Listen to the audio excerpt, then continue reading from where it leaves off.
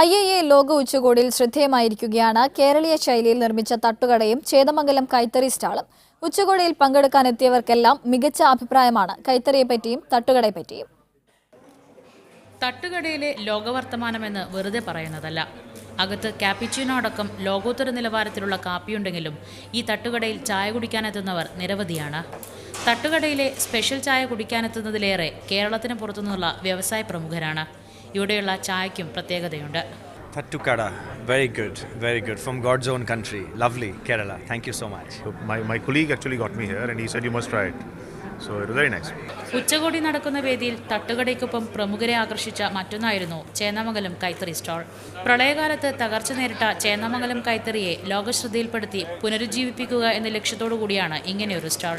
ചേറിൽ മുങ്ങിയ ചേന്ദമംഗലം കൈത്തറിയിൽ നിന്ന് ചേക്കുട്ടിപ്പാവ ജനിച്ചതും ലോകശ്രദ്ധയാകർഷിച്ചതും കൈത്തറിയുടെ സാധ്യതകളാണ് തുറന്നിട്ടത്.